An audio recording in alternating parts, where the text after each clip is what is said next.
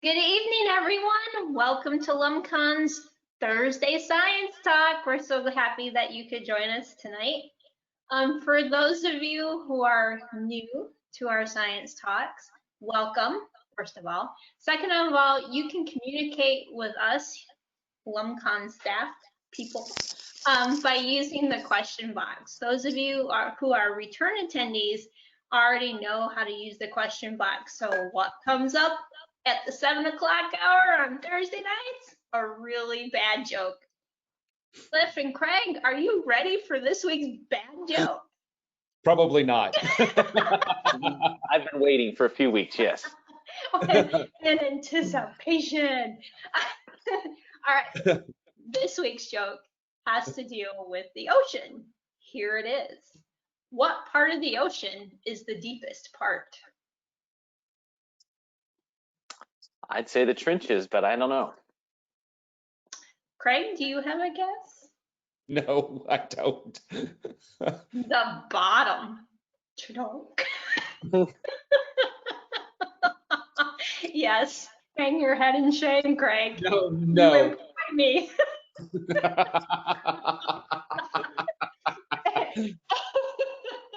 Hello, everybody out there who's telling us hello. With that really bad joke, I don't think I need to follow that one with a second one, so I'm going to turn it. Do you not have a second one? We're ready now. That was just a warm-up. All right, here's the second one. You're already laughing before you tell the joke. I know, it's so weird and funny. Why do fish live in salt water?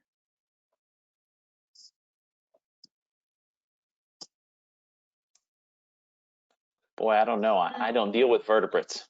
What? One of these days, I'm actually going to get one of these, but it's not tonight. It's not tonight. All right, I'll save you. Okay. Pepper makes them sneeze. Oh, no. Woo. Oh, no. I'm getting some fantastic comments from our audience. Oh, I'm sure. I'm sure. All right. I need to end this before it goes bad. Turn it over to you, Craig. Welcome, Cliff. Thank you for being our speaker this week. Thanks. Glad to be here. Or actually be where I am. Well, good evening, everybody. I hope we find you tonight with you and your family and friends safe and in good health. I'm Craig McLean, the Executive Director of Louisiana University's Marine Consortium and MERT's boss. I'd like to thank you for joining us tonight for LumCon's online science series. Every Thursday night here at 7 p.m. Central, we're inviting a Louisiana scientist to share their research. And we're going to give you the opportunity to listen and ask some questions of some truly amazing people doing some truly extraordinary science. And I hope you'll continue to join us each week as we explore the more of our world from the comfort of our homes. Now, you can find complete information about the series at our website, lumcon.edu. Just scroll down on our homepage and there's a link there underneath news and events. You can watch actually all the previous talks. We have those up on YouTube, and you can see who the upcoming speakers are tonight.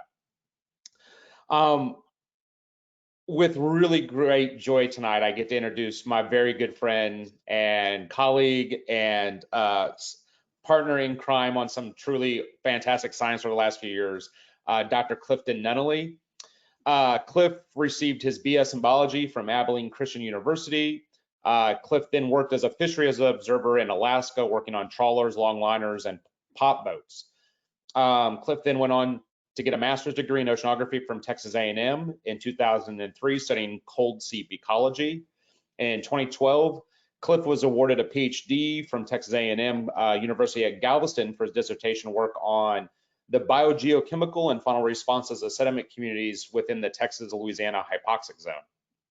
And then Cliff then spent 4 years at the University of Hawaii at Manoa developing the technology needed to perform in situ experiments in some of the deepest parts of the ocean. His efforts to measure carbon capture, remineralization, and organismal use includes a variety of in situ physiological measurements in the Gulf of Mexico, the Persian Gulf, the Antarctic, the KERMADEC and Mariana Trenches, and the deep sea nodule province in the North Pacific. So Cliff has pretty much explored a lot of the oceans. Cliff joined up with LUMCON in, what was it, late 2016, and has been working as a research scientist and has helped organize the world's largest woodfall experiments, and the first experiment utilizing alligator carcasses as reptilian food falls. So the alligator falls that I talked about on the series, Cliff was a big part in making that happen. And Cliff's real skill set is being able to design amazing new technology to be able to ask a variety of really important questions in the deep oceans that others are just simply not able to ask. And tonight he'll talk to you more about that. Cliff, thank you so much for joining us tonight, and we're really looking forward to your talk. Well, thanks. I'm very glad to be here, and yeah, I hope that the title doesn't scare people off with some big words there. But what I hope to talk about today is some of the facts of where food goes in the deep sea. So the title that what I'm sharing with you guys tonight is something that's more about, where does food go? And I know I call about carbon, but carbon, food, energy is lots of different ways to see how things move through our world and through food webs and ecosystems, and all the way from the top of the ocean to some of the very deepest spots. And when I talk about entropy and negentropy, I'm going to kind of define that, but it's just basically how to make sense out of order and chaos. Entropy introduces more chaos, and negentropy tries to stem the tide of chaos. And so this is kind of came from actually a physicist that really like to kind of get into other types of stuff as beyond just mathematics and physics, and that's Erwin Schrödinger, of the famous Schrödinger's cat, who has a box that may or may not have a dead cat in it for you. And what he termed it as is this quote that I really like. It's, how would we express in terms of statistical theory that marvelous faculty of a living organism by which it delays the decay into thermodynamic equilibrium or death? It feeds upon negative entropy. And when he means negative entropy there, he's also just kind of referring to free energy. And so the way we think about it, or the way I think about it as a biologist, is there's entropy going on because things are constantly being broken down into small particles, and there's not, just a bunch of energy to rebuild those things back up. And you can't get a block of ice to suddenly freeze again without a whole bunch of extra energy. Just like you can't get something that's been digested and gone through 2 or 3 digestive tracts through a food web, but you can't get it to come back and be the original organism without some really amazing technology and energy that we don't even have yet. So I'm looking at a way how biology actually fights that chaos in the universe by just taking in free energy, as Schrödinger put it, and how those things are used to really kind of help us see what's going on in our world and maybe predict some things that are going on, but also get a better understanding of where food goes and how energy is cycled. And for me, an oceanographer, I think about things in carbon. So I'm going to use energy and carbon in some kind of very interchangeable ways. But what I do want to talk about is just some of the things that the food resources drive, in particular the deep sea. And food resources, they drive diversity and abundance patterns in the deep sea.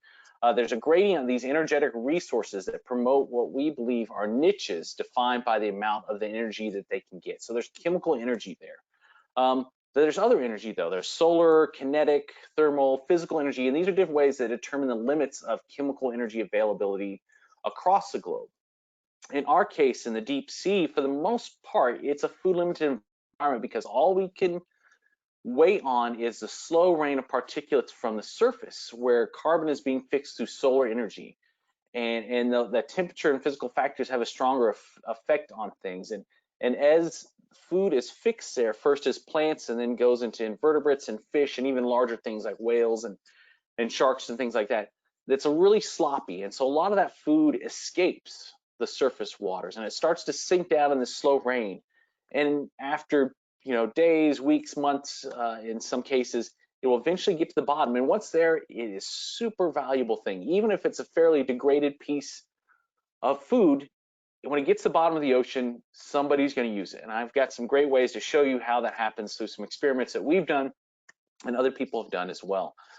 So that food, as it's sinking from the surface, it just constantly gets broken down by microbes and other things eating on that, releasing it out in what these little packets of free energy, or if you think about it in a chemical sense, it's just little dissolved organic molecules, whether that's in the form of just like excreted dissolved organic carbon or nitrogen or anything like that, or even in just in the form of a microbe. Now, I'll probably have some feedback on microbiologists on that point, but yeah, so a microbe is a ball of chemistry happening right there, and of course that chemistry is controlled by the physics around it. So nothing is independent from each other in this system, not the physics, not the chemistry, not the biology. So I'm trying to take a larger view of that, and so we think that the entropy in an ecosystem is a relative measure of the trophic level, and understanding the efficiency of this and how it changes in energy potions can help us decide how diversity within an ecosystem may alter function.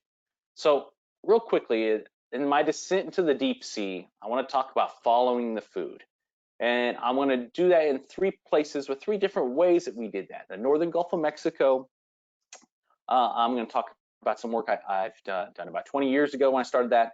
Then I want to talk about some food falls, and these are the alligator and whale fall experiments and the wood fall experiments that we've been involved in. And then also what happens in deep sea trenches. And so the ocean is deep, right? But deep sea trenches are even deeper. And it gets to a point where they are actually just kind of like small, they're not small, they're very large funnels that accumulate all of this falling carbon and food and anything else in the ocean. And we now know that includes plastics and pollutant chemicals, or even in these very deepest, most remote places in the ocean, these trenches, they funnel everything in there. So they're actually concentrating food. So as you go deeper in the ocean, that food supply becomes smaller and smaller from the surface, the further you get away from where it's being produced. But in the trenches, what's happening is you get past a point where actually focusing at food, and it may not be as nutritious or as whole or intact as it was when it first started falling to the ocean, but it's still food, it's still carbon. And the deep sea does a great job of hosting an incredible array of diversity that's willing to take on any food it can find. And so then the second part of this is trying to, talk about, is the deep sea a climate solution, and how this food that goes into the deep sea, it doesn't come back out again. Carbon doesn't necessarily leave unless through some very, unique and small pathways. We're starting to learn that those pathways are actually more interconnected all the time between the surface ocean and the deep sea, but for the most part, carbon and food goes in the deep sea and it never comes out again on a geological timescale. It goes into the deep carbon biosphere. And hopefully we can get some other people in Louisiana to tell you about that, because that's a whole another area of carbon cycling. And so if we think about the deep sea as a potential, climate solution, we have to think about preparing for a challenging future and what that means, because I also know that it may not stay the same way, because one thing that's predicted is that deep seas are going to warm. And number 3 on this list, even though it says number 2, are the challenges that await. So part of my talk is just to recruit you into the deep sea camaraderie. And it doesn't mean you have to be a biologist or an engineer or physicist or anything like that. I think the deep sea is an exciting new place that anybody can work in. And we need people to help us answer these questions about this giant area that, of course, if you've heard, it's very unexplored. And it's just covers so much of the earth. So how do we access these most inhospitable habits on the earth? Well, we use things from ships, and for a long time it was just dragging something off a wire behind the ship. And so that means a lot of that early oceanographic deep sea experiment was determined by how long a wire you had on your ship and where you could drop that down and what you might get. Nowadays we use these ships with still wires on it, but we can go anywhere we want just about with those wires, minus the trenches. And so we use things like sediment cores, and we trawl for deep sea animals, and we do experiments on the ship of different chemistry and physical things. We also try and do in situ experiments, measuring sediment community oxygen consumption and the respiration of individual animals. And those are 2 things I've both done I'm very interested in, because in the deep sea, the consumption of oxygen in the sediments, what that tells us is a proxy for how much food is getting there. And measuring food that's traveling in excess of 2 miles or more in some places is really hard. We've tried to do it with things like sediment traps that slowly collect the slow rain of particulate matter over months and years. And we've tried to do it by just watching long time-lapse videos and trying to calculate how much particles are following through the video screen. it's not really easy to do, and there's lots of inherent difficulties. So one way that we have figured out how to measure the amount of carbon, of food and energy that reaches seafloor is to measure the total respiration of everything that lives in the sediments. And this is a good place to talk about the sediments itself in the deep sea, because that's going to come into some of these other talks. And what that means is the sediments are divided up between the microbes and what we like to call the myofauna, which are little animals that live in between the grains of sand and mud, and the macrofauna, which are the larger invertebrates. They can actually move stuff around. They can make burrows, they can dig in the mud and stuff like that. And then the megafauna, which are animals that, like crabs or large sea cucumbers, or things that are big enough that we can just take a picture of the seafloor and see them from a picture. So that's kind of how we think about the different compartments of the seafloor community. When you measure the sediments, you can't really just put your incubation chamber or your metabolic chamber over a fish on the seafloor. So we avoid the megafauna and we just think about the bacteria, the myofauna, the macrofauna, and that makes up our total community oxygen consumption. And that's basically based on the principle, what goes in needs to equal what comes out. And I'll show you some figures on how we think about that in terms of like a food web, or how we model carbon flows and budgets and stuff like that. We also use free fall vehicles that aren't attached to anything like a wire or anything like that. Now I'm going to back out here real quick and show you a video, because the video is one of the inspiring things that I think that wants me to help you guys become deep sea researchers, deep sea users just like me. So I'm going to share this video real quick.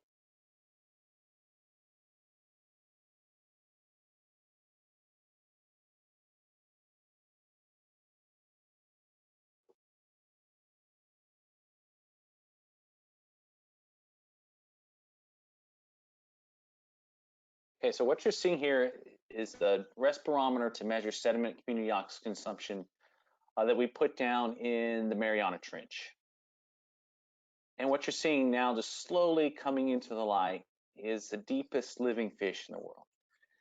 And this is only a task camera. We weren't looking for fish. There's no bait on this or anything like that. But this fish, they were calling the ethereal snailfish. It belongs to a family of fish that happen to have the best biogeochemical adaptations to living and dealing with depression in these deepest systems. And we didn't know about this fish. And in fact, that's why I say everyone needs to come to the deep sea, because the very first person on the whole planet that laid their eyes on this fish, the deepest living fish that we know of in the ocean, was just a technician.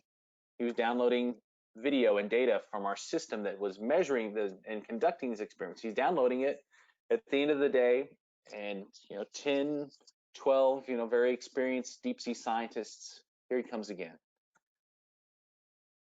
are facing the other way. We're looking at something else, and he's downloading data and says, hey guys, what's this? And we turn around and we realize that this guy has now seen a brand new species, a species of fish that no one has ever seen, and now what we believe to be the deepest living fish. And it's so amazing we saw it on this just because we wanted to watch some experiments.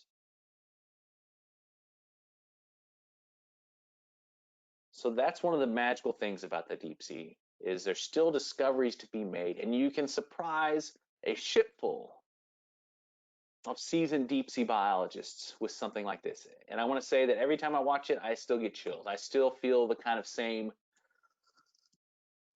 awe over what's down there, what's evolved to live in the deep sea, and what we're still getting to learn about. And I think for me, and I hope for you, whether you go on to work in the deep sea, or you inspire somebody to, or you just are interested about it and how it's important to all of the living things on Earth, I hope you realize that there's places on the Earth that can still inspire awe and surprise you.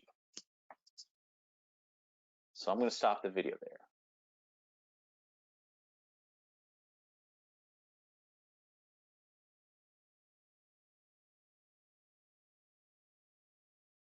All right, so that's one of the great things about the deep sea, is there are things to be learned and seen that nobody's seen before. Okay, so getting back to what we're talking about. So here's some other things. How do we do it?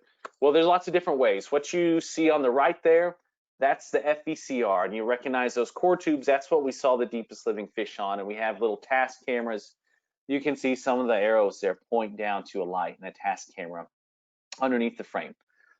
So surreptitiously, serendipitously, we found the deepest living fish with this. But the other thing that we found is that there's lots of oxygen being respired, which means there's lots of carbon that is sinking into these trenches. And trenches are a great place to really, really lock away carbon for a long time. Because basically what happened, trenches is just where one piece of crust is going underneath another, and it's just drawing down mud and everything on top of it and just shoving it right into the Earth's internal conveyor belt into the mantle, where it's just going to get recycled. That carbon's effectively gone on geological timescales that I don't have the necessary expertise to tell you how long it's going to be gone, but somebody can. On the left is another thing that measures the same thing. It's a different way to do it. It's a benthic lander, and you see the chambers on this are big and round. You see where that arrow is there, if that catches up with you. And so that's one thing that we use for it. Now there's other free vehicles and vehicles we use off a wire. And so this is a big box core. This is probably our best way to take a big piece of the seafloor. We use multi-cores or mega cores, and these are ways to kind of give us more spatial variation, but still get a pretty decent size of chunk of the seafloor. And from that, we will take off the top layers of mud, and that's where we find that microbiota, the myofauna and the macrofauna, those things that make up the sediments and what we're actually measuring when we measure sediment community oxygen consumption. And then we use other things like this. This is a baited trap that Jeff Drazen at Hawaii, who I worked with, built and designed, and it's really big, and you can fit like 2 or 3 graduate students in there if you just put like a PhD diploma on the inside. But now we can also bait it up with some mackerel and send it over the side, minus graduate students, of course, into the deep sea, and it can capture all these things that we can't really get through a trawl or a box core or some other type of grab. So there's lots of different ways to come up with stuff, and everyone's coming up with new things, and I really love seeing how people decide, how can we get at this question of being in the deep sea, and how can we get there and measure what we want to measure. And so let me make this point right here. It's important to do this stuff in situ in the deep sea, because the pressure and the temperature are so incredibly different from the surface to the bottom. That's going to change the physiology of everything that's happening. So you can't rely on things that you measure at the surface. If it's, say, anywhere, if it's deeper than 500 meters and you bring that back up to the surface, there's going to be a big caveat in what you're actually learning about. So that's why we want to do stuff deep in the ocean. And so we're dealing with things like very cold temperatures. It's about 2 degrees Celsius at most parts of the ocean at the very bottom. The pressures are amazing. At the bottom of the trenches, you're seeing, basically the equivalent of an elephant standing on your thumb. That's the amount of pounds per square inch, that's exerting at that point. So it takes a lot of technological work to actually get down there. So this next slide is just a kind of review of some of the things I've been talking about. The surface ocean, there's an abundant carbon supply because of photosynthesis. There's lots of sloppy feeding. And the export, it's pretty efficient. Some things rain out, big chunks fall out every once in a while. There's a whale that dies here, a fish. It's pretty, but very little gets exported because it's so efficient. But that's only true if food webs are intact. So that's another caveat to think about when we think about the oceans moving forward, due to climate change. And a lot of the biomass gets shunted towards large apex predators. That's just the way it works. That's why once you get to a certain size, you're better off feeding off on a whole bunch of tiny things, because it doesn't matter how many steps it gets to you. You really just want to make the most of that. And then this figure that you see here, this is kind of a generalized, let me just go back to the deep ocean in contrast to the surface. The food is supplied by sinking particles. It's a food desert. It's food limited. Everything that we think about is food limited. Now, there are certain few spots that we discovered in the 70s, right about the time I was born, in the late 70s, they started figuring this out, that, hey, the deep ocean is not dependent on just the food from the ocean. And those are hydrothermal vents and other chemosynthetic environments that actually produce food through chemoautotrophy on the seafloor. And so those places are not food limited, but that's not what we're really talking about today. So the food supply is by sinking particles in the deep ocean, which means a very tiny market. It's a food desert. And food quality improves uptake by organisms, but even the worst food quality is still going to be eaten down there. There's almost no biological export to the surface. This would be very rare events, and in terms of things that we're still trying to quantify and measure, and those could be rare things like, you know, deep diving mammals that might, you know, take a bite or capture some things in the deep ocean and then move that back and forth between those things. And we also know that one of the largest movements on the planet is this movement of things migrating back and forth based on sunlight and chasing predator or prey, chase interactions in the pelagic realm. So, but very little biological export. Once it gets to the deep sea floor, it doesn't get out back to the surface. And a lot of that biomass gets shunted towards microbes and this infauna that we're talking about, the myo and macrofauna. And so the image on the left there, that's just kind of how we think about this rain of POC. It goes into this box, the sediment biota, and what comes out is a very simple equation. It's a differential equation, and if you solve that, you can kind of understand what's going on at steady state. If you can measure the respiration of the community, you know what's being lost that way. If you can measure the burial based on, you know, down core measurements, you can see how much is lost that way. And then you can know to some degree how much is being exported through predation, through other biological relationships, and using food webs and stable isotopes to figure that out. So that's kind of how we think about this idea of POC, or how we measure it using community respiration as the kind of metric for how we measure carbon input into the deep sea. And on the right here, what you're seeing is kind of like a breakdown of that even more when we think about the input into this organic matter pool in the deep sea and how that goes into all these different groups, the bacteria and the foraminifera, myofauna, macrofauna. And what I circled there in the green at the top, that's just kind of some of the important things that we can measure pretty well. The POC, the amount of organic carbon coming in, that's what we use the sediment community oxygen consumption for. And the barrel, that's something that we can get by taking cores and looking beneath that kind of biologically active layer. What's the carbon content down core there? And so those are all things we need to put together, put these types of large food webs together for us to actually kind of ask these larger questions on a scale beyond just what's there and how much of it is there and what the diversity is, but how do they all fit together in the deep sea? And then the things in the red boxes, those are the things that I work on a lot, and that's the respiration rates and how fast things are processing carbon metabolically through their system. And now this looks great, but the thing is, we can't do this yet. We can't actually look at that and measure the individual bacterial respiration and foraminifera respiration and myofauna. And you see that's R1, R2, R3, R4, R5, R6. It's hard for us to measure all that in a single place in the sediment. So that's why we have to go with the community measurements, and that's R1 through R4 there, are bacteria, forams, myofauna, and macrofauna. And then we can also do other experiments where we capture megafauna, and these are large invertebrates like sea cucumbers, or even in the case of some of the trenches, very large polychaete worms or anemones or anything else, and we can do experiments on those in situ, but with great difficulty, much more difficult than sediment community oxygen consumption because of that. And then if we know some of those things, we've even been able to measure, you know, respiration by the fish. So if we know all these inputs and we know the relationships of these faunal groups to each other, then that allows us to create some really powerful, important tools. And so I'm going to talk about a study that we did this for very thoroughly in the northern Gulf of Mexico. And that was the benthos monitoring program put together prior to the expansion of oil and gas exploration in the Gulf of Mexico.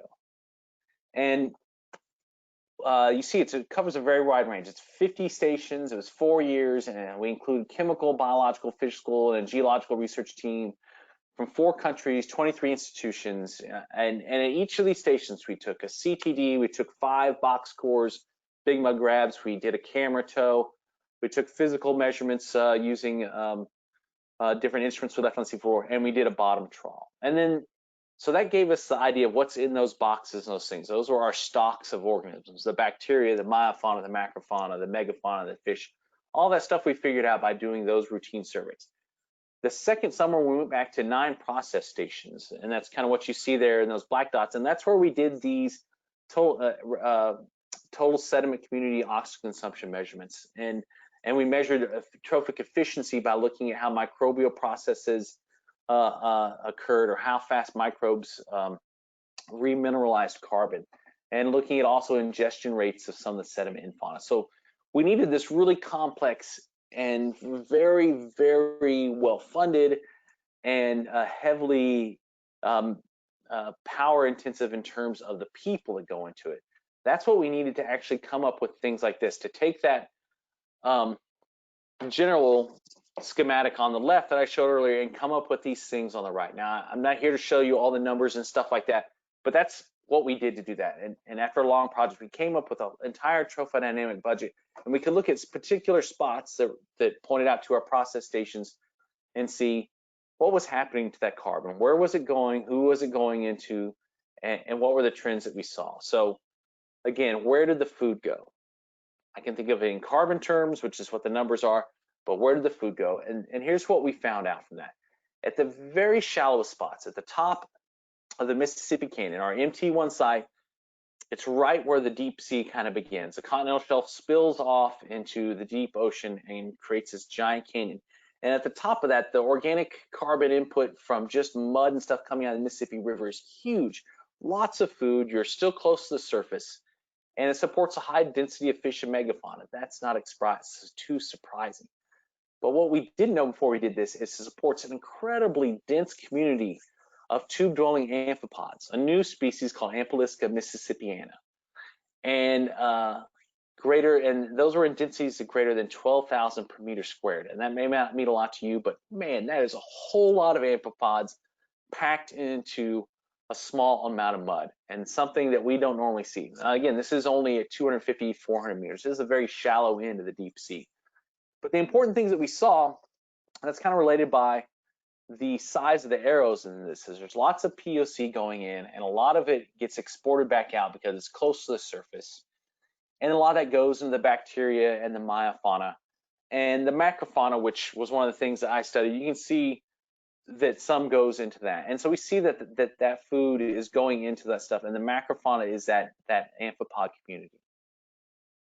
When we get a little bit deeper down, about the mid-slope depths, around between 1,200 and 2,000 meters, we're getting to the actual depot center. And this is a place where physically food supplies, sediments, and particular organic matter tends to settle out. And it's a really good blend of biomass and diversity. And usually below that, food supply decreases, and usually diversity really starts to grow and mirror what we think of typical abyssal communities, which are much deeper than kind of the northern Gulf of Mexico slope that's part of this DECAY study.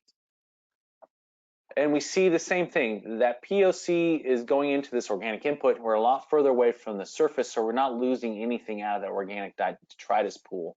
So it's pushing a lot into the bacteria and the myofauna, with about the same amount lost to respiration and predation, and still now it seems like a greater amount is going into this macrofauna box at the very bottom. And even though the actual standing stock of that macrofauna has now reduced by an order of magnitude with that depth, we're seeing that coupling's still there, and it still kind of runs through the bacteria. But at the very bottom, on the 6B abyssal plain, at depths greater than 3,000 meters, a place that's very far from the coastlines, it's very oligotrophic surface waters, there's really not a lot produced there, and it receives just a tiny amount of food from the surface ocean, so low.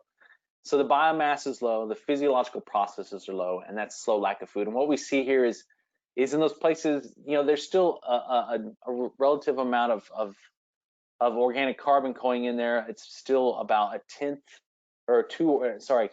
orders of magnitude less than what we saw close to the river or even on the upper slope. And now most of that's all staying within the bacteria and the myofauna. So those places, it seems like that carbon is being more tightly coupled into the bacteria, and bacteria are great because they're very efficient and they can use lots of different substrates regardless of what they're dealing with to actually get the food that they need. So that's the northern Gulf of Mexico. That's a very typical deep sea area, although it's not the very low flat abyssal plains, but that's kind of where that study goes. And what we see there is we had to use a whole bunch of techniques and ways to measure stuff in situ and do lots of work over time to actually get all of that done. And so the next parts I'm going to go through pretty quick because it's less about all the modeling and stuff like that, but just the general things that we knew. So this is not typically how we stock up the freezer on the Pelican when we go out. And if you can't tell what this are, these are 3 alligators that we used as part of the world's first reptilian fall experiment to see what happens when terrestrial carbon in the form of an alligator that dies and gets washed out to sea. What happens to that when it meets the seafloor? And we found out that a lot happens. And in fact, within the first 2 days, we had these giant isopods ready to crawl right on inside and make themselves at home. So let me just say for everyone watching, these alligators were taken with a scientific permit from the Louisiana Department of Fish and Wildlife. They come from a captive breeding population. The Louisiana has done very well to help bring alligators back, from a very desperate brink here by that. So these are acquired. They're already dead before we got them and put in the freezer for a long time. And so this is what happened after 2 days. Those isopods were waiting for that carbon for food to hit the seafloor. And this is what it looked like after 50 days. After 50 days, when we came back, there wasn't a whole lot else on it. Now you see a whole lot of brown fuzz on those bones. Those are bone-eating worms. And so this is, again, a part about how the deep sea is just really good at dealing with whatever you throw at it. The big fish, other animals, scavengers, amphipods, isopods, they came in and stripped away that and left the bones. Well, that just opened up a whole nother place for this ossidax, which is a bone that actually burrows into, settles on the bones, burrows in, eating the lipid fats within the bones as a food source. And that's 50 days. And if we went back, and when we went back a year later, well, it was gone. You can kind of see the depression where the alligator was, but it's completely gone. So what we found out is there's lots of differential things happening to this alligator in the deep sea. Where did it go? Well, 3 different alligators we put out, and one, it seems like it went right into the scavengers really quick. We knew that some of it is going into the infauna. We can see that just by the amount of kind of like activity in the sediment around that, and that's a whole nother part of our study that River Dixon is working on, and she's going to be hopefully putting that out soon. I think it's going to be really interesting. And then we know that some of it went into the ossidax. There's some bones that even the bones went to good use, and when we went back a year later, they were gone. So we don't know if that was just because of the ossidax, this bone-eating polychaete, or not. But it could be microbial processes as well that work to bring down. So that's what happened, we believe, to the first 2 alligators. We were only really able to follow one of these kind of completely there. But when we did go back to the 3rd alligator after 5 days, it was gone. And this is what we think happened to it. We think a deep sea shark, possibly a 6-gill shark or a Greenland shark, came by and decided to need a snack, and it swam off with it. And we saw a drag mark of about 10 or 20 feet or so, and then the rope was cut behind that. So that's really why we think that. So that's one food fall. There's also the whale falls, and so this is really a good place to kind of talk about, what are we heading towards when we think about entropy or not, in terms of like what's being more organized or less organized, what's becoming more or less chaotic. And with a whale fall, it has so many different stages, and it's so long lived. And you can see on the left hand end of this figure, it's a really nice whale fall illustration with a bunch of great pictures inset. You can see at the very beginning the scavenger phase, and that's really what we saw with the beginning of the alligator and other things. There's a scavenger phase. You have large things that come in that they rip up and tear the flesh, and then there's a point where the smaller things are going to be the ones that most be able to access that. And these first 2 stages can be up to 2 years.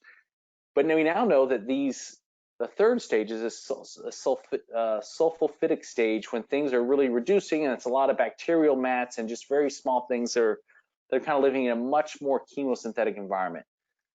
So that's a really long-term group for food to be on the sea floor, and to try and figure out where that all went. I mean, that would be just one of the best LTER experiments that you could do, is to follow a deep sea whale fall this whole time. And then that would help us answer this question: where along that continuum of what we think of being like very sloppy, large scale feeding by scavengers and stuff like that, where along that continuum does entropy actually increase or decrease? Are we constantly putting it back in, or is it to some point in this sulfophilic stage when the bacteria are really taking over and we're utilizing sulfides and lipids and all types of other things that are just really not attractive, but the bacteria can handle?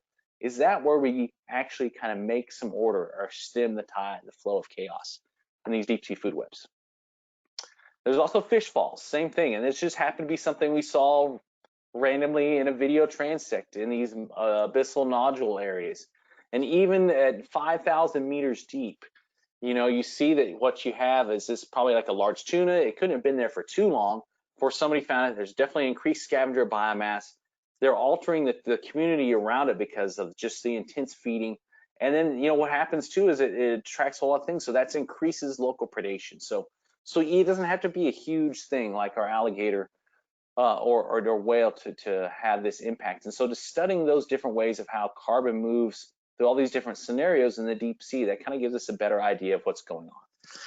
All right, so I'm not going to show too much, but we were able to measure respiration of invertebrates in the KERMADEC trench, and I'd love to tell you more about that and get into this really great design. But really, the thing that we had to figure out is how to do it. So that's why we need everybody in here. And you can see in this top picture a little bit of the gear system, and we have these wonderful optodes built by Andera, and they're about, at that point in time, they're $10,000 a piece, and they're the only ones that have been made to work at those depths. And we have deep sea batteries, and we had a titanium pressure housing that was one of the most beautiful machine pieces that you've ever seen, if you really like the technical nuts and bolts of things. But you know what? Part of this machine also ran off a camelback bladder and a Tupperware box that we put our reserve oil bladder in to fight the pressure effects at 10 kilometers beneath the ocean. And then we used, you know, other things to make this happen that you just find on the tables, you know, from tape and zip ties to anything else. We're able to do a lot here based on that need to answer these questions. And as I showed earlier, those are numbers, those respiration numbers of the fish and the megafauna. Those are so hard to get, but they could be such an important thing. And just to summarize real quick what we found in the KERMADEC trench, we found out that holothurians and some of these other things like anemones and polychaetes, they're respiring at the same rate that things are at much shallower rates. So they're getting a higher food supply, and they're respiring that at the same rates that things are getting much less. So there's lots of carbon turnover and stuff just in these places because they're not inhibited by the pressure, it doesn't seem like, because there's so much food. All right, now one of the tragic parts of the things that you got to roll with in oceanographic and deep sea research, if you put it in the ocean, prepare for it not to come back. Now everything is so dramatic as NEREUS imploding, the ROV that we use to access these trench areas and actually perform these experiments and take samples and stuff like that. But you see, it made lots of news, and you know, James Cameron that had a lot of work to do down there. He mourns the death of a friend basically when he sees this. So yeah, tech is great and it's wonderful, but it doesn't last forever, and the ocean's a really hard place. So the 10 million or so pieces that the NEREUS is in, it worked well for a while and it helped us to answer some questions, but there's still more to be done, obviously. And that helped us, once that kind of imploded on the bottom of the trench, we built this thing, the FVVCR that we showed and found this snailfish on, and was able to actually measure those rates of sediment in the deep sea. And what we found is these blue dots over here is the respiration there. And you can see along this graph is, as you get deeper in the ocean, the amount of oxygen respired, the amount of carbon remineralized gets less and less the deeper you get. But we found in these trenches is incredibly high rates of sediment community oxygen consumption, showing that there's lots of food going in there. Oops, sorry, didn't mean to do that. Oops. We'll go back down here. Okay, so what can we do with that information? Where does the food go?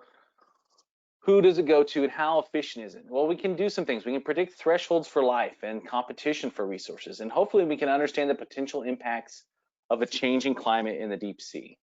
And that includes storing liquid carbon, massive iron fertilization, and the delivery of algae. But what we need to know is what happens when that carbon gets there. Is that going to be good for the deep sea? Is it going to be bad? Is it going to cause extra problems? Is it actually going to be sequestered, you know, when we do that? So these are all things that we hope to answer by knowing this type of stuff. And one of the things that we've applied that to is this idea of the energetic niche, or basically a niche in which animals live based on how well that they can cope with lower energy taxa and stuff like that. And those are things that we can really actually see, you know, at high energy sites like vents and seeps and these organic food falls and in trenches. Are we going to see these high energy taxa versus the low energy taxa that occupy the rest of the food limited abyss? And so and we can think about what the thresholds for life really mean, and what is life under extreme carbon limitation, where there's really little food. And we thought about this in the South Pacific Bear Zone, a very, very depauperate place which just doesn't get much energy at all, but also maybe how that's going to involve the search for life on other planets with liquid water. And it helps us predict consequences of climate change, because if that shunt of rain of food to the deep sea floor gets shut off, we're not going to know things about, how that might limit the migrations of animals that move carbon back to the surface, or how much carbon can actually be stored there. So I went a little bit long, but it's really exciting stuff to me. But I hope what you're hearing is that we've got a lot of work to do, and we need you to come work in the deep sea. And this is a call to anyone that wants to help answer some of these questions and wants to discover new things in the process and get to go to great places and work with people that are really trying to do this, whether it's from a large scale perspective about thinking of things in carbon, or thinking about how this worm takes that bone and lives off the lipids in it. And we also need engineers and technicians and scientists. And when we start living in the deep sea, and I put this in here because I just saw this today, this idea of living in the deep ocean, and this is still in the photic zone, so it's really not the deep ocean for me, but one of these days we're going to be able to do that. And we're going to need not just people to help design and build and imagine all this stuff, but we're also going to need people to actually make it work. And I think that's the biggest thing that I have found out, is it's the people that make your technology work, and the people that help you analyze the data and collect the samples and put it all together in this large effort. So that's why I want to put this acknowledgement slide here and show that. And because that's really what makes my research go, and anything else that you've ever seen in a science presentation, it's done by people just like you and me. So I want to thank everyone for hanging in there and listening to all of that. And then I will somehow get back to what we've been doing here with everyone else. Sorry, did I do all that right? Yeah, although we're seeing double Cliff. I think, do you have more than one camera on? No, there's only one camera on here. Do you see W? No, I just see me. Oh, well. Twice the Cliff is awesome. Yeah, I know. Yeah. Double dip tonight. Awesome. Cliff and your evil twin. So we got some questions rolling in. Hey, Craig, thanks for balancing out the Yeah, you're sandwiched between two bald guys now, so. It's awesome. I've been in worse places in my life. So we have a lot of questions that are lots of questions and lots of comments that are rolling in now. So we'll start with them as they come in. So Cliff, Jonathan's first question is, do you think increasing studies such as the alligator study will have an effect on the food web? I mean, introduction of foreign bacteria or other contaminants? Yeah, the thing in the deep sea is pressure is really great at turning off bacteria. And this is one of the big questions in deep sea biology, is what's happening to all the bacteria we find down there. So yeah, there's always consequences of this, of putting stuff in the ocean, right? And so it's not just the alligators and the fish and other things we put in there that have consequences. And unfortunately, the oceans have been thought of a dumping ground for far too long. We know there's a nuclear reactor from, I believe, one of the Apollo missions in the Puerto Rico Trench. There's some maps that you look at of the deep Gulf of Mexico, and it says chlorine here, munitions here, stuff like that. So the ocean has been used for this for a long time. So I hope it brings an attention to the idea that we need to think about what's going down there. And as a science community, I tell you, the one thing that we leave down there more than anything else is lead and iron, because that's how we weight down all these instruments and stuff that make these trips back and forth. Awesome. The next question is from Carolyn, and she's wondering how long a research site like the Alligator Fall maybe, how long does that stay preserved? Like, do you ever lose research locations to? events on the seafloor? Yeah, and in fact, we've actually learned some really good, interesting stuff about the deep sea based on things that happened on the seafloor that we could tell from the surface. And one of those was a submarine landslide that broke telegraph cables. And we know from that that had huge disruptions on the communities and stuff around it. So our research sites, yeah, it is a pristine and quiescent environment in terms of, like, there's not a lot of stuff driving around. There's not a whole lot of extra noise and light and stuff like that. But the deep sea also takes a long time to recover. And they know this from tracks that have been drug in these nodule provinces in the North Pacific in the 70s to see, what type of minerals might be there. And they went back, just within the past decade, and things have not recovered in those. So the deep sea is a slow living environment. So if massive catastrophic events happen, like a submarine landslide in one of these trenches, that's going to bury where we might have some sites or some long-term things. And we know from work in Monterey Bay Canyon and other things that large instruments that you think are just immobile to these processes aren't. And we've seen things tumble down canyons and fall. So the deep sea is always a challenging spot, even when you think it's nice and quiet. Perfect. Tristan's question: how much variance do you experience when doing sorry, it's a tongue twister. How much variance do you experience when doing experiments on the alligator body? Well, we were limited mostly by our ability to go back and see the alligator. So I think within our first 48 hours, we could say, or the first 24 hours or less, we can say that things happen very similarly in terms of the first things that get there are usually some scavenging grenadiers, and the first things that are really making inroads on that carbon are these giant isopods. And we did a giant isopod dissection a few summers ago, and now seeing the mandibles, I know why they didn't have a problem with that alligator. Yeah, so I think that's one of the things that those things will show us. Perfect. Hunt's question is: when you're sampling on the seafloor, how deep into the sediments do you actually go to collect a sample? We take some pretty deep cores depending on what you're looking for. So as a biologist, we're really interested in things in the top 15 centimeters. There's some other stuff living below that, and we usually get that in our box cores and our mega cores. I shows we can get up to about a meter or so deep in those sometimes.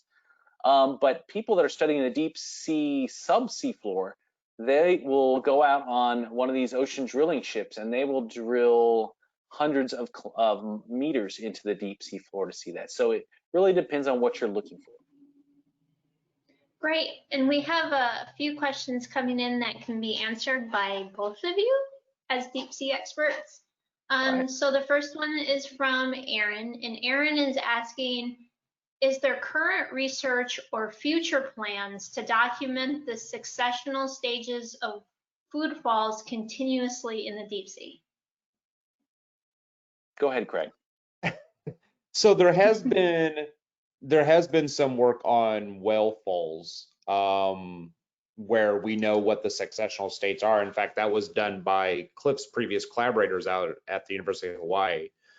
With the wood falls, we kind of know what the successional stages are, not by observing them at time, but we can sort of collect them at different times and sort of get a handle on what the communities are going to be. And in fact, the work that Cliff and I did in the Gulf of Mexico, we have some that are collected at sort of, what was it, like 18 months, and then some that are collected like a little over 2 years. And so we have a kind of a couple of different time sets. And in fact, we do see differences in the woodfalls between those two times. And so, but as Cliff has, shown so well through his work and, in this presentation is that, we don't have the ability to go out repetitively and do observations. If you were looking at changes in even Terrebonne Bay here locally or in a plant community, you have the access to be able to go out and visit it frequently. And in fact, Cliff and I do work in Terrebonne Bay as well, and so at which we go out and sample monthly. And so,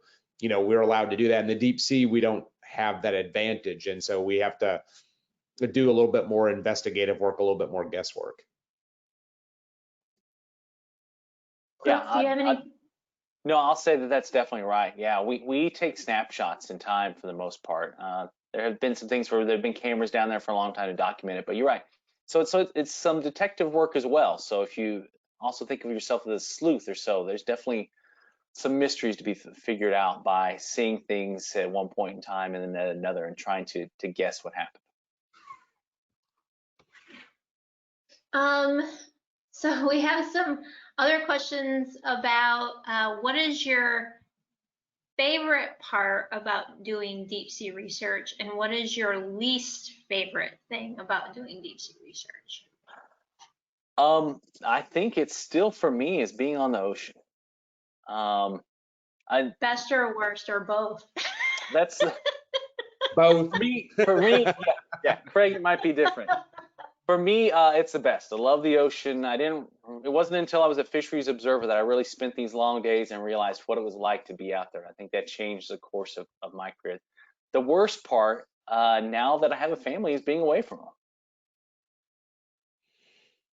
Yeah, I would say, yeah, I would also agree with Cliff that being out to sea is really, that's what drew me into this. Unfortunately, unlike Cliff, I actually get quite seasick. And so the first few days are always the worst part of deep sea work. But it's funny, Cliff and I were actually talking with our tech Granger today, and the deep sea affords us to both be a scientist in the traditional sense in which we're doing hypothesis testing and testing theory and developing new theory, which Cliff talked about, but we also get to make new discoveries like explorers. And so being a deep sea scientist is one part science and one part exploration, which is my favorite part probably. Perfect. This is a really great question. I'm not sure if it puts you guys in the hot seat or not, but Emma's question is, what would you want environmental policymakers to know about the deep sea? That's a great question. I think they need to know that it's not bulletproof, and I think that's what people think that. And this goes back to the whole dilution is a solution thing. The ocean can take a lot. It's huge. The massive volumes and areas they're on a planetary scale, of course. So it's huge, but man, it is really sensitive. And even in the deep sea, where things can survive on wood and alligators and bones and stuff like that, man, that means that they are very vulnerable. And we know that from our work with the Deepwater Horizon oil spill.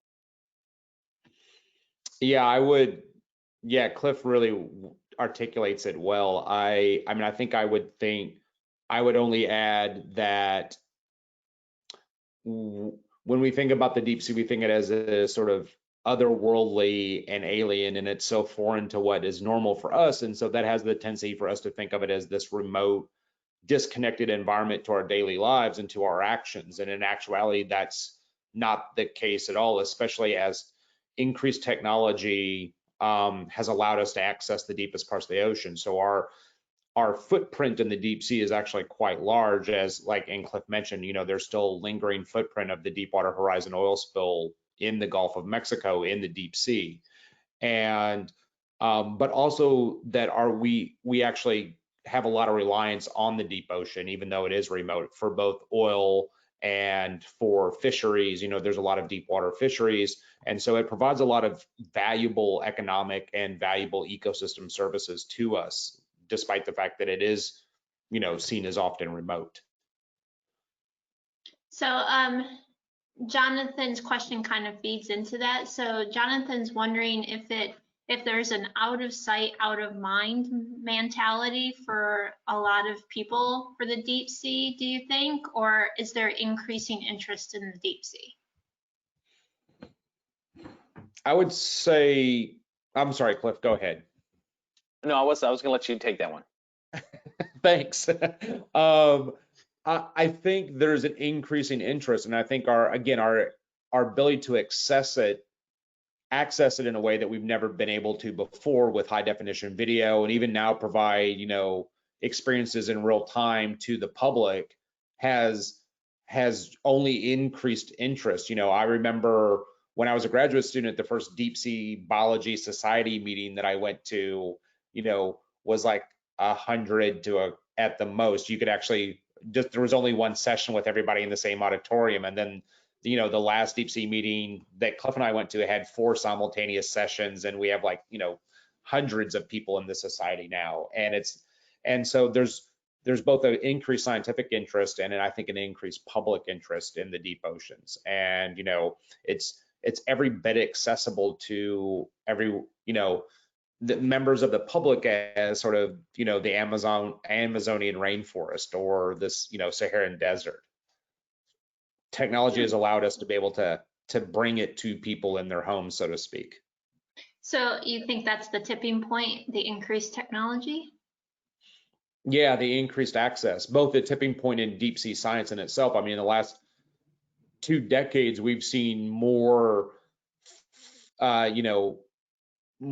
we've uncovered more about the deep oceans than perhaps we have in the previous 100 years. And that's because this increased technological presence, the increased affordability of deep sea science. It's still quite expensive, but a lot more. And within the next decade or 2 decades, there's lots of really great groups, including there's Cliff and I have a colleague, Diva Amon, who really works on trying to make the deep sea accessible to like deep sea science and ROVs and accessible to everybody, so that her vision, I think, is to sort of have an ROV in everyone's home that you can go out and explore the deep sea in your, and her project's actually called The Deep Sea in My Backyard, right? Something along those lines. And so, and I mean, so I think in the next 20 years, we're going to have people sort of being able to do it on their own without, which is good. There won't be the need for a middleman, to bring it to them. Perfect. Yeah, I'm looking forward to citizen science in the deep sea. Yeah, absolutely. Me too. Arturo, are there any emerging technologies that will enable you to do continuous observations of the deep sea? Yeah, there are. And in fact, these are cabled observatories. These are things where you can actually run a large cable down the continental slope or the deep sea, the island that you live on in the case of Hawaii, and these provide power and data access so that you can actually just plug an experiment or a camera on the deep sea floor into one of these cabled arrays and have nodes for that. And then you can sit there and watch what's going on. Probably the most prominent and well-accessed one right now is off the British Columbia coast in Canada. And they have multiple simultaneous arrays going down with multiple nodes on them and lots of experiments going on. There's one in Hawaii. Ireland has one. This is what's really going to allow us to live on the seafloor. If we can't actually truly live there, which I'm still holding out for, but if we can't truly live there, having a day-to-day presence, yeah, that's what we're missing. And that's what Craig had alluded to earlier. Is like we can go out into the bay and see all those interactions and stuff like that we can get our eye on. And then in deep sea, we're missing that. We have been missing that. And I think that's kind of plays into the biological intuition of actually going to your field site. And I was very lucky to finally go to the bottom of the deep Gulf of Mexico earlier this year. And it does change your mind, even after 20 years of working in the Gulf and seeing stuff, to finally actually seeing the bottom of the seafloor with my own eyes, that changes things. Wow. Yeah. How about you, Craig? Did it change you? Yeah, I mean, so my first submersible dive was back when I was a graduate student in the tongue of the ocean in the Bahamas, and it was an exceptional time. One, because one of the most famous deep sea scientists, Paul Tyler, was on the submersible dive with me, and I mean, him and a gentleman named John Gage literally wrote the book on deep sea biology, and so my first submersible dive was with him. It was, it'd be like playing the electric guitar with B.B. King, so to speak. So it was, it was just a really amazing time. Yeah, and it's funny because, at that point I had been studying the deep sea for a couple of years, as a graduate student, and it just radically changed my view, of what the deep sea was and what it meant. And I mean, and so when we did the Alvin dives earlier this spring, or earlier this year rather, we, Cliff and I had made dozens upon dozens of ROV dives at these sites with these woodfall experiments, and then to go down and collect those experiments at those places that I felt that I knew well because we'd done so many visits, and then to be down there in a submersible looking at a window, it was just, completely different. It's just a completely different feel. Wow. And it's something that can't be, no matter how great remote operated vehicles get. And they are truly exceptional vehicles, and they allow us to do things that we can't do with the submersible. They don't replace the sort of that awe-inspiring human element that you get when you're actually down there doing the work in a submarine yourself. Nice. Great, thank you for that. Erin has a question, and she's asking if, given that the production levels at the surface can vary seasonally, is there evidence of seasonal variabilities within food fall rates? Do you know?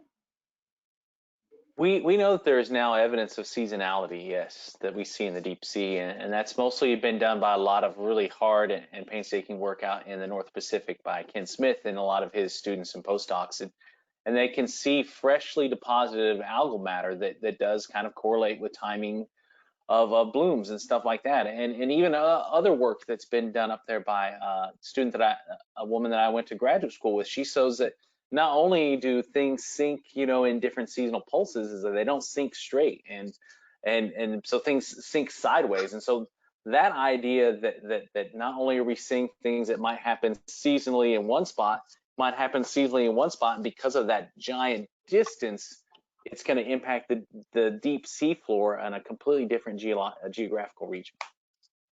And we even know that because of that seasonality and the way that food falls in the deep sea, there are organisms who then seasonally reproduce too. So it's kind of interesting in an environment that doesn't itself have seasons, because the food arrives seasonally from the surface, that triggers it to be a seasonal environment in many regards itself.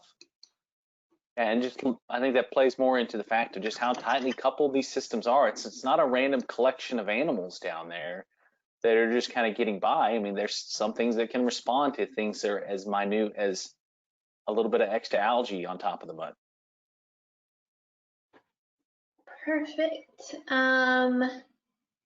Erin's asking, how resilient is the deep sea to environmental change, and are there deep ocean ecosystems at greater risk or those that show higher resiliency? I think probably one deep ocean area that we're very certain is going to be expanding during climate change scenarios is these deep oxygen minimum zones. And those are areas where lots of carbon actually hits the seafloor, and it's in a certain area where there's enough supply of carbon to kind of outweigh the supply of oxygen. And so as carbon is remineralized, that oxygen goes away. And these areas, can vary, and they move up and down continental sloping areas and affecting fisheries and seafloor habitats. But with increasing or decreasing amounts of oxygen supply and increasing, potential anthropogenic loads near shores, then we can actually exacerbate those things and make those be where they're actually larger and cover more of the deep sea than they do right now. And I think that's some good work that's been shown both off the California margin as well as in the Arabian Sea. And I think overall, as the deep sea is an extremely sensitive environment to disturbance. And so, because the cold temperatures and the low food supplies, slow life, so to speak, from growth rates to, there's slow growth, there's long lifespans, there's very low turnover rates. And so it takes a long time from the deep sea to recover. Cliff and I's work together at the Deepwater Horizon sites, 10 years later shows that the deep sea has still not recovered around the wellhead and the rigs, the sunken rig structure. And so, there's this huge recovery time, and whereas in, like coastal environments, it may be on the matter of years, years in the deep sea, it may be on the matter of decades to centuries. And so it is an extremely vulnerable system. You know, and then of course you have in a system that's really adapted to a very extreme environmental extreme, whether at both cold temperatures and low food. So further reductions in food that we see because the oceans are becoming less productive or warming, you know, the deep sea is not going to survive that. Perfect. And our last two questions for the evening, before I let our hostage audience go. As you both know, we have a huge amount of students who attend these talks. So we've gotten a lot of questions about career path. So some of them would like to know what your career path was like. And then a few of them are actually having questions about how you see yourself as a professional. Do you see yourself as an inventor, an innovator, an engineer, or a scientist?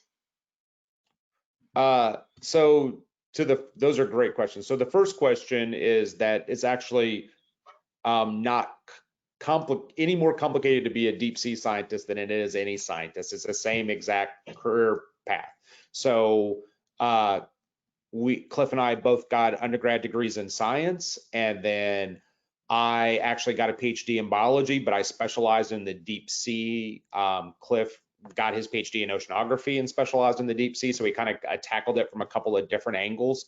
You know, you can do biology, you can do geology, you can do the key is to find someone to work with, you know, when you go to graduate school, either a master's or a PhD that allows that does work in the deep sea already, because that person is going to be the one who helps provide you the assets that you need to access the deep sea. Yeah, definitely. I think that's a good thing to point out. It's just not biologists, it's geologists and physics. So if you like math and physics, you know, there's a great potential to use that in the deep sea as well, you know. So I don't think it's going to limit you based on what you like in science. It definitely helps to have some science background. I have a dad and a brother that are engineers, and maybe that's what I should have done. It would have helped out a little bit more. So I have an idea of, like, I like to build things or see how things go together. And so that kind of plays into kind of like some of my just personal needs or interests. But then I've always just been fascinated by biology, and the idea of discovery and exploration is what drew me to the deep sea. So I've been able to combine both of those things to really good effect at this point, and I hope to do some more of it. I've always got something else on my drawing board that I think that we could put in the deep sea to help us answer some more of these questions.